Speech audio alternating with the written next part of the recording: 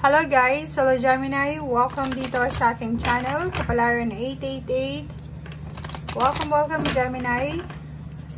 Alamin natin kung anong messages, vibration, gabay energy para sa lahat ng Gemini friends natin na nanonood. At ay general reading, so pwede kang makaresonate. Gamitin mo ang iyong intuition sa panonood. Okay Gemini.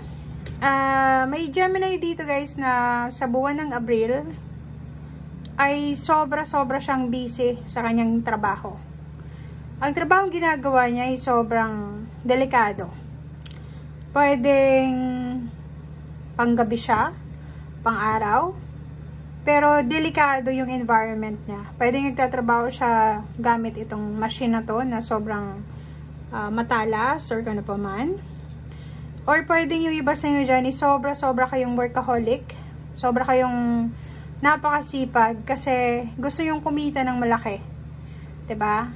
Sobra yung determinasyon nyo sa buwan ng Abril kasi gusto yung magpa-renovate ng bahay, gusto yung makapundar ng lupa at bahay, gusto yung makabili ng bahay or kung ano pa man. So, nakikita natin dito guys na maraming selebrasyon sa pamilya, okasyon, ang pwedeng ma-miss mo ngayong Abril kasi busy ka sa trabaho. Busy ka sa ginagawa mo.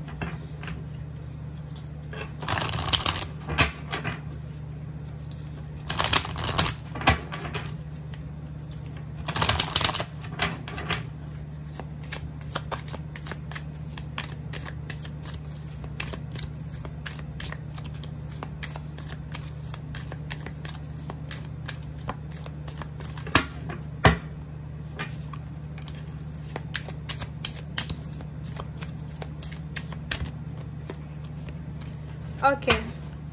Number 5. Dito guys, sa barahang ito, itong first card na to, number 5 na change direction.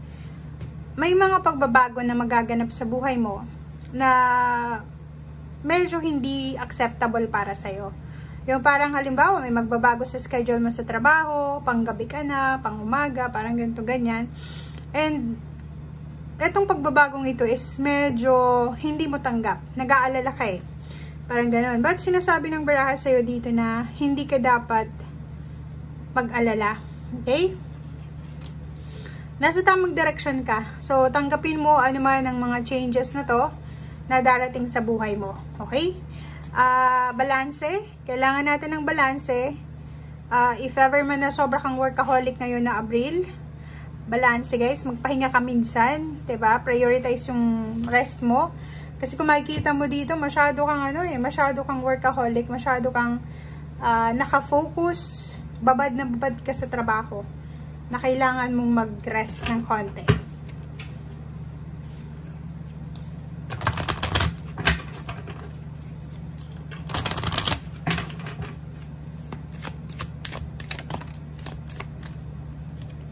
Okay. So, meron din dito guys na mga yon. Ito din dito. I-let go mo lahat ng controlling energy na nararamdaman mo sa buwan na to. If ever may gusto kang kontrolin, trabaho, gusto mong kontrolin yung relationship or family members mo, kailangan nating i-let go yung situation ngayon. Tanggapin natin. Take charge of the situation. Okay? So, be present. Be present din. Huwag tayong masyadong mag-i-expect. Alisin mo yung sobrang expectation, Gemini. And yun, tanggapin natin kung ano yung nangyayari sa ngayon. Okay? Huwag tayong masyadong mag-expect. Yun yung sinasabi ng baraha. This April, go with the flow. Alisin mo yung sobrang expectation. If ever may mga pagbabagong magaganap, tanggapin natin kung ano mga pagbabagong ito.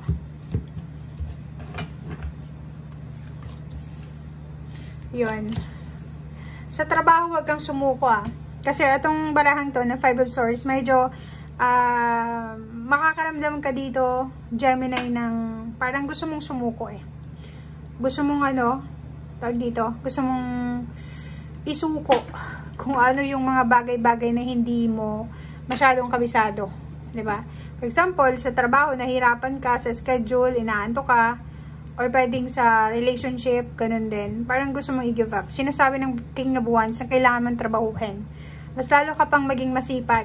If work itong pinag-uusapan natin, maging masipag ka pa, maging determinado ka pa. And if tungkol naman to sa relationship, ganun din, i-work out mo yung relationship mo kahit sobrang nakakapagod na. Normal yun. Normal sa isang tao, bilang isang tao, makakaramdam ka talaga ng pagod. Sa trabaho, pag sobrang nakakapagod yung trabaho, nakakaantok, talagang mawawalan ka ng interest. Relationship, ganun din.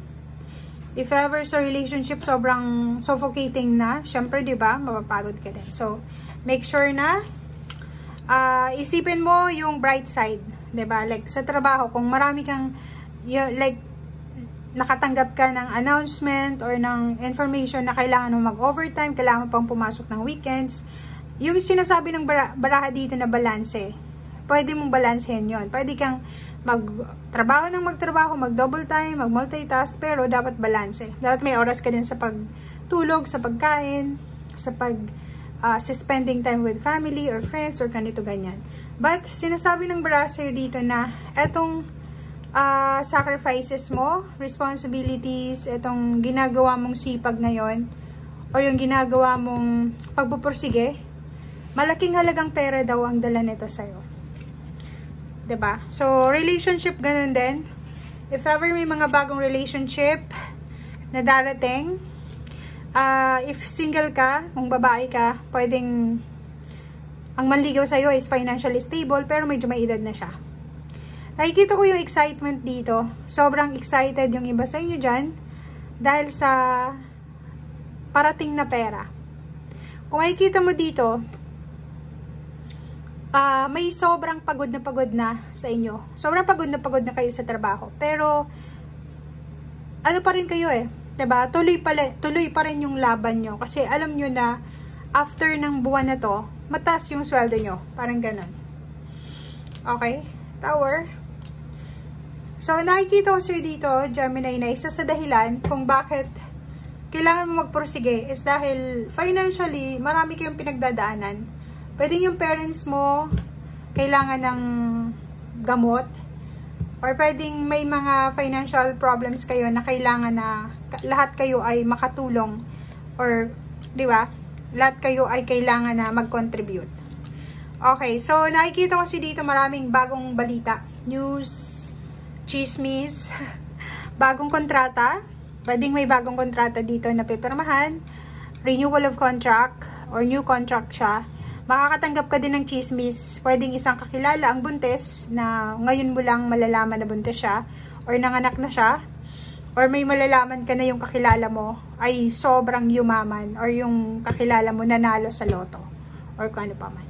Okay guys, so thank you for watching and see you again. Bye!